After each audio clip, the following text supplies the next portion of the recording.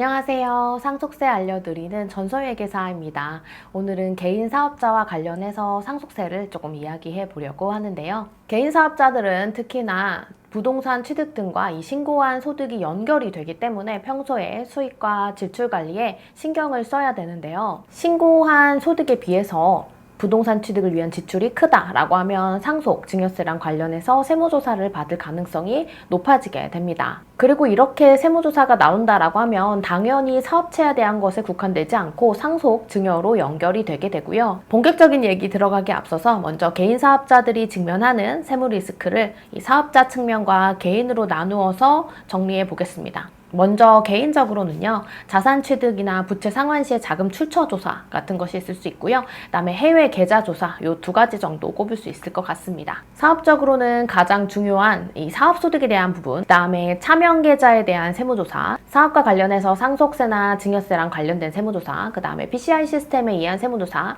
같은 것들이 있겠습니다. 마지막으로 잠깐 언급된 이 PCI 시스템은 재산 증가액과 소비 지출액의 합계액에서 신고한 소득 금액을 차감해 해서 탄루 금액을 찾아내는 시스템을 말하는데요. 이 PCI 시스템에 대해서는 구체적으로 말해볼 시간은 따로 마련해 보도록 하겠습니다. 이렇게 정리한 세무 리스크 중에서 차명 계좌만 잠깐 살펴볼까 하는데요. 차명 계좌라는 것은 다른 사람의 명의로 된 계좌를 말합니다. 세법에서는 금융계좌에서 보유하고 있는 재산은 명의자가 취득한 것으로 추정을 하는데요. 예를 들어서 A라는 자가 A의 배우자의 명의를 개설해서 현금을 입금한 경우에는 입금한 시기에 증여한 것으로 추정을 합니다. 그런데 특별한 사정이 있는 경우라고 한다면 당연히 증여로 추정이 되진 않지만 그에 대한 입증 책임은 이를 주장하는 납세자에게 있습니다.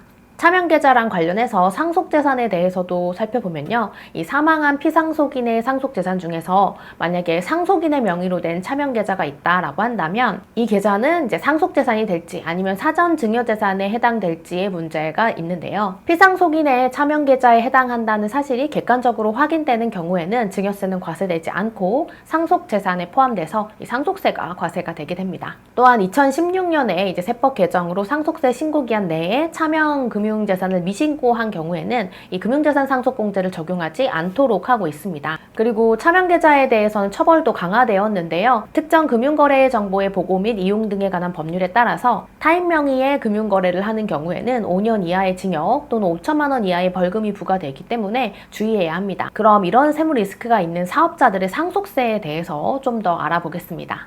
사업자들의 상속재산가액을 파악하기 위해서는 일반적인 개인들의 평가 방법과의 차이점을 이해할 필요가 있는데요. 상속재산을 일반적으로 평가하는 방법은 일반적인 개인들과는 당연히 동일하게 이 평가 원칙은 적용이 되지만 사업자들은 사업에 대한 영업권 평가를 별도로 더 고려를 해야 합니다. 영업권은 사업을 통해 얻는 사업상의 노하우 등을 화폐 가치로 평가하는 것을 말하는데요. 영업권이 상속 개시 당시에 존재했고 또 영업권의 지속이 예상되는 경우에는 상증세법상의 규정에 의해서 평가하는 가액을 이 상속재산가액에 포함시킵니다. 마지막으로 사업자의 상속세 절세 방법에 대해서 몇 가지만 이야기해 보면요. 일단 기본적으로는 사업용 재산과 부채의 현황을 빠짐없이 파악하고 이에 대한 평가 방법을 정확하게 적용하는 것이 필요하겠습니다. 그리고 개인 가업이 상속된 경우에는 이전 영상에서도 여러 번 언급했었던 가업상속공제 제도가 최대 600억 원을 한도까지 가능하기 때문에 이를 적극적으로 활용해야 됩니다. 가업상속제도가 적용되는 상속재산은 직접 사업에 사용되는 토지나 건축물, 기계장치 이런 것을 말합니다. 하지만 가업상속을 적용받기 위해서는 요건이 굉장히 까다롭다라고 전부터 말씀드렸었는데요. 그렇기 때문에 가업상속공제를 활용할 수 있도록 미리미리 요건을 파악하고 준비해 두는 것이 필요하겠습니다.